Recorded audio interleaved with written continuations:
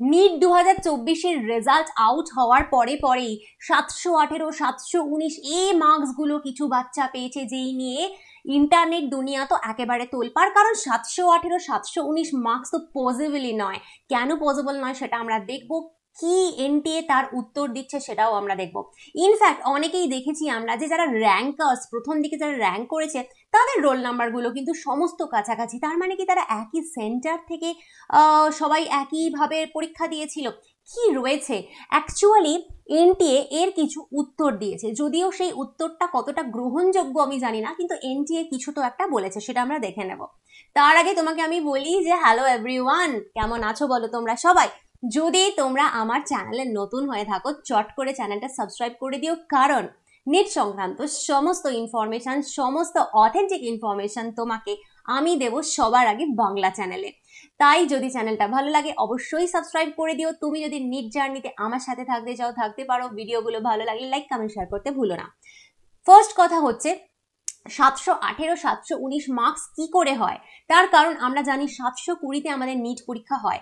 এবার যে 720 পেয়েছে তার মানে সে 100% কোয়েশ্চেন্স কারেক্ট করেছে, তার সব কোয়েশ্চেন্স কারেক্ট, ঠিক আছে। যে একটা কোয়েশ্চেন ভুল করবে তার কি হবে? একটা কোয়েশ্চেনে কত মার্কস থাকে? 4 নম্বর থাকে। আর ভুল করলে কত কাটা যায়? 1 নম্বর নেগেটিভ মার্কিং। তাহলে যে একটা কোয়েশ্চেন ভুল করবে তার 4 নম্বর তো কাটা যাবেই, প্লাস 1 নম্বর তার আরো কাটা যাবে নেগেটিভ মার্কিং এর জন্য। তো 720-র পরে নেক্সট নাম্বার 715 হওয়া উচিত যে একটা কোয়েশ্চেন ভুল করবে। কেউ যদি ধরো ভুল করলো না, সে একটা কোয়েশ্চেন ছেড়ে দিল, যদি একটা কোয়েশ্চেন ছেড়ে দেয় সেক্ষেত্রেও কিন্তু তার 4 নম্বর কাটা যাচ্ছে, কিন্তু নেগেটিভ মার্কিংটা কাটা যাচ্ছে না। কারণ কোয়েশ্চেন যদি ছেড়ে দেয়, অ্যাটেম্পটে না করে, তাহলে কোনো নেগেটিভ মার্কিং নেই। সেক্ষেত্রে সে যদি একটা কোয়েশ্চেন ছেড়ে দেয় তাহলে তার 4 নম্বর কাটা যাওয়ার কথা। তার মানে 720-র পরে নেক্সট মার্কস হওয়া উচিত 716, এবং তারপরের মার্কস হওয়া উচিত 715। এটা তো মানবে। তাহলে 718, 719 হয় কি করে, যেখানে কোয়েশ্চেন 4 নম্বর করে হয় কি করে? তাহলে এই নিয়েই কালকে আমরা দেখেছি সারা ইন্টারনেট জুড়ে এই নিয়ে চলছে, কারণ কিছু বাচ্চা পেয়েছে 718, 719। এনটিএ এর একটা উত্তর দিয়েছে, দেখতেই পাচ্ছ এটা এনটিএ এর উত্তর দেওয়া। এনটিএ কি অদ্ভুত কথা বলছে, এনটিএ বলছে যে অ্যাকচুয়ালি এটা একটা ঘটনা হয়েছিল যে কিছু বাচ্চা পরীক্ষার সময় টাইম পায়নি। তো লেখাই রয়েছে এখানে concerns of loss of time during the conduct of the examination. 5/5/24 তারিখে যে এক্সামিনেশন হয়েছিল সেখানে কিছু বাচ্চাকে টাইম দেওয়া হয়নি প্রপার। যে টাইম তোমরা পাও 3 ঘন্টা 20 মিনিট, সেই টাইমটা ওরা পায়নি। ওদের সেন্টারে কিছু প্রবলেম হওয়ার জন্য ওরা কম টাইম পেয়েছে, সেই জন্য নাকি এনটিএ ওদেরকে গ্রেস মার্কস দিয়েছে।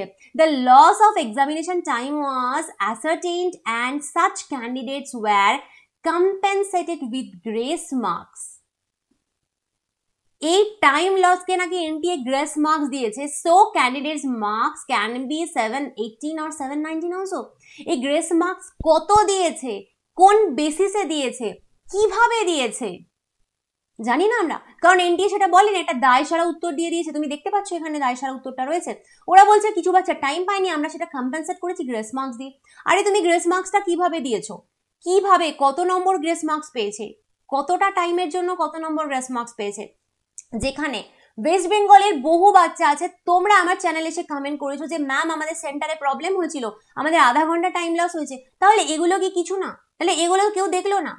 প্রচুর বাচ্চা আছে ওয়েস্ট বেঙ্গলে যারা টাইম পরীক্ষায় ইনভিজিলেটরের দোষে যারা টাইম পায়নি, তাহলে তারা কি মানুষ না? তারা ডাক্তার হবে না? তো কোন বেসিসে তোমরা এভাবে গ্রেস মার্কস দিচ্ছ সেটা ক্ল্যারিফাইও করেনি। তোমরা জানো যে 720-তে 720 মোর দ্যান 80 স্টুডেন্টস পাচ্ছে। এত বাচ্চা 80 জনের উপরে 720 পাচ্ছে, মানে এখন 720-তে 720 পেয়েও দিল্লি এইমস হচ্ছে না ভাই। তাহলে সেই জায়গায় দাঁড়িয়ে এভাবে যাকে তাকে গ্রেস মার্কস, মানে একটা 1 নাম্বারের জন্য নিটের র্যাঙ্ক এখন বিরাট পিছিয়ে যাচ্ছে, সেখানে এভাবে গ্রেস মার্কস কি করে দেওয়া যায়, এবং এই বেসিসে কি করে গ্রেস মার্কস হয়? তাই যদি হয় তাহলে বাকি বাচ্চারা কি ক্ষতি করলো? অনেকের তো এক্সামিনেশন সেন্টারে সেম প্রবলেম হয়েছে। আরেকটা পয়েন্ট উঠেছে যেটা হচ্ছে অনেক বাচ্চা যারা র্যাঙ্ক তাদের রোল নাম্বার কাছাকাছি কেন? তো হতে পারে হয়তো এটাই ওরা এখন বলবে যে এরা সবাই ওই এক্সামিনেশন সেন্টার থেকেই পরীক্ষা দিয়েছিল যেখানে প্রবলেমটা হয়েছিল, সেই কারণে প্রত্যেকটা বাচ্চাকে গ্রেস মার্কস দেওয়া হয়েছিল, তাই জন্য গ্রেস মার্কসের দরুন তারা র্যাঙ্ক পাস হয়ে গেছে।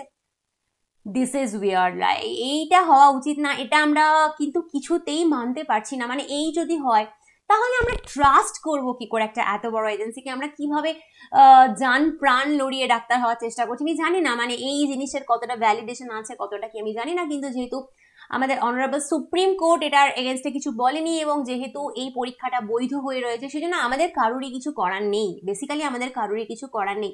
আমার কাছে প্রচুর প্রচুর প্রচুর বাচ্চার মেসেজ, মেইল, হোয়াটসঅ্যাপ এসছে যাদের ওয়েমার শিট প্রবলেম করছে, যাদের ওয়েমার শিটে গন্ডগোল এসছে। দেখো, যাদের ওয়েমার শিটে গন্ডগোল এসছে আমার তো কিছু বলার নেই, তারা একটা কাজই করতে পারো, তারা চ্যালেঞ্জ করতে পারো। কিন্তু এই কোর্টে গিয়ে চ্যালেঞ্জ করা এই সমস্ত, আমি জানি না এগুলো আমাদের মতন যারা মিডল ক্লাস ফ্যামিলি থেকে বিলং করে সেই মধ্যবিত্ত ফ্যামিলির পক্ষে এগুলো সম্ভব কিনা করা আমি জানি না। তো আমাদের কিছুই করার নেই। এনটিএ যা উত্তর দিয়েছে তোমাদেরকে আমি দিয়ে দিলাম। যাই হোক, আমাদের পজিটিভ ভাবতে হবে, নেক্সট স্টেপ এগোতে হবে। 2025-2026 যারা নিট দিতে চাও, বায়োলজি অনলাইন আমার পেইড ব্যাচে ভর্তি হতে চাও, 360 টার্গেট রাখতে চাও, তারা অবশ্যই আমার পেইড ব্যাচ এনরোল করতে পারো। আমি আমার পেইড ব্যাচের কমপ্লিট ডিটেলস তোমাকে দিচ্ছি। বাই দা ওয়ে, আমার ব্যাচ থেকে অনেকে এবার বায়োলজিতে কিন্তু ভালো স্কোর করেছে, 360 330-এর উপরে অনেকে পেয়েছে, হাইয়েস্ট মার্কস উঠেছে 350। সমস্ত ডিটেলস তোমাদেরকে দিয়ে দেবো আমি ইউটিউবে। আপাতত আমি পেইড ব্যাচের ডিটেলসটা একটু তোমাদেরকে দিয়ে দিচ্ছি। তো বেসিক্যালি আমার যে ব্যাচটা চলছে সেখানে খুব সহজ সিস্টেম রয়েছে। কীরকম সিস্টেম? ক্লাস 11-এর তোমরা জানো নিউ সিলেবাস অনুযায়ী ক্লাস 11-এর আমাদের 19টা চ্যাপ্টার রয়েছে, ক্লাস 12-এর আমাদের 13টা চ্যাপ্টার রয়েছে। এই 19টা চ্যাপ্টার আর 13টা চ্যাপ্টারের কমপ্লিট রেকর্ডেড লেকচার্স তুমি আমার কাছে পাবে, কমপ্লিট রেকর্ডেড লেকচার্স। এবং কবে পাবে ম্যাম? একটা একটা করে দেবেন না, ডে 1-এ পেয়ে যাবে। যেদিন তুমি আমার কাছে এনরোল করতে আসবে, আজ হোক কাল হোক পরশু হোক, যেদিন তুমি আমার কাছে এনরোল করতে আসবে সেই দিনই তোমাকে আমি নিটের ফুল সিলেবাস রেকর্ডেড লেকচার্স দিয়ে দেবো। এটাতে তোমার সুবিধে হবে, তুমি তোমার সময় মতন, সুযোগ মতন, টাইম মতন, ইচ্ছে মতন যে কোনো চ্যাপ্টার যে কোনো সময় পড়তে পারছো। তোমার কিন্তু আমার মুখাপেক্ষী হয়ে থাকতে হচ্ছে না যে ম্যাম কবে চ্যাপ্টার 8 পড়াবে, আমার তো সেলটা এখন দরকার, আমার স্কুলে পরীক্ষা রয়েছে, কিন্তু ম্যাম তো পড়ায়নি, ম্যাম কবে পড়াবে কে জানি। দরকার নেই, আমি তো তোমাকে সব দিয়ে দেবো। তোমার যখন ইচ্ছা, যেভাবে ইচ্ছা তুমি লেকচার শোনো। এবং রেকর্ডেড লেকচারের একটা খুব বড় বেনিফিট হচ্ছে, এখানে তোমার সাথে আর 5 জন নেই, তারা বোকা বোকা প্রশ্ন করছে, তোমার টাইম ওয়েস্ট হচ্ছে, এরকম ব্যাপার নেই। ম্যাম পড়াতে পড়াতে ফালতু কথা হেজাচ্ছে, তার টাইম নেই। একদম কংক্রিট লেকচার, নিটের জন্য সিরিয়াস লেকচার, রেকর্ডেড লেকচার তুমি তোমার ইচ্ছে মতন যখন খুশি শোনো। এছাড়া তুমি কি পাবে? এই টোটাল সিলেবাসের নিউ সিলেবাস অনুযায়ী টোটাল এনসিইআরটি থেকে করা নোটস পাবে। মানে 19টা আর 13টা চ্যাপ্টারের সমস্ত নোটসও তুমি সেই প্রথম দিনই পেয়ে যাবে, যেদিন এনরোল করবে সেদিনই পেয়ে যাবে। এবং এই notes totally English, totally Bangla, দুটো মিডিয়ামের বাচ্চাদের জন্যই হয়। এছাড়া তুমি যদি মনে করো যে তুমি এই নোটস বা লেকচারের ডেমো চাও, যে আমার ব্যাচে এনরোল করার আগে তুমি একটু দেখতে চাও যে সেগুলো কীরকম হয়, নোটসটা কেমন হয়, লেকচারগুলো কেমন হয়, সেটাও তুমি পেয়ে যেতে পারো এনরোল করার আগে। মানে পেমেন্ট করার আগেই তুমি ডেমো নিয়ে নিজেই দেখতে পারো। আচ্ছা, এইবার বলবো হচ্ছে chapter wise MCQ practice. This is very important, this is very important. MCQ practice না করে কিন্তু নিট পাওয়া যাবে না। আমি কিন্তু প্রত্যেক চ্যাপ্টারের থেকে একেবারে এনসিইআরটি এক্সট্র্যাক্ট করে করে খুঁজে খুঁজে ইম্পর্টেন্ট কোয়েশ্চেন, এবং এখন নিটের যেরকম ট্রেন্ড চলছে, অ্যাসারশন রিজন কোয়েশ্চেন্স অনেক বেশি আসছে, তো এক্স্যাক্ট ট্রেন্ড ফলো করে কারেন্ট নিটের কথা মাথায় রেখে এনসিইআরটি থেকে এরকমভাবে এমসিকিউ প্র্যাকটিসের শিট আমি তোমাকে দেবো, পিডিএফ তোমাকে দেবো, এবং এমসিকিউগুলো প্রথমে ইংলিশ পরে বাংলায় লেখা থাকে। এটাও তুমি পাবে সেই প্রথম দিনই যেদিন তুমি আমার কাছে এনরোল করছো। মানে ওই ক্লাস 11-এর 19টা, ক্লাস 12-এর 13টা চ্যাপ্টারের কমপ্লিট এমসিকিউ এর পিডিএফও তুমি পেয়ে যাবে। এছাড়া চ্যাপ্টার ওয়াইজ উইকলি টেস্ট হয় আমার কাছে, প্রতি মাসে 3টে করে টেস্ট হয়, প্রতি মাসে 3টে করে টেস্ট হয়। এক একটা টেস্ট 3-4 দিন করে চলে, এইভাবে 3টে করে টেস্ট হয়। এবং সেই টেস্ট কিন্তু আমি মাথায় রাখি যে কোয়ালিটি কোয়েশ্চেনের উপর, এবং সেটাও কিন্তু কমপ্লিটলি এনসিইআরটি বেস করেই আমি কোয়েশ্চেন দিই। আমার একটা কোয়েশ্চেন এনসিইআরটির বাইরে থেকে আসে না। সেগুলো করলে কিন্তু তোমার অনেক প্র্যাকটিস হবে, তুমি বুঝতে পারবে তোমার কতটা প্রগ্রেস হচ্ছে, তুমি কতটা শিখছো, তুমি যে পড়লে টেস্ট দিয়ে তোমার কত মার্কস এলো।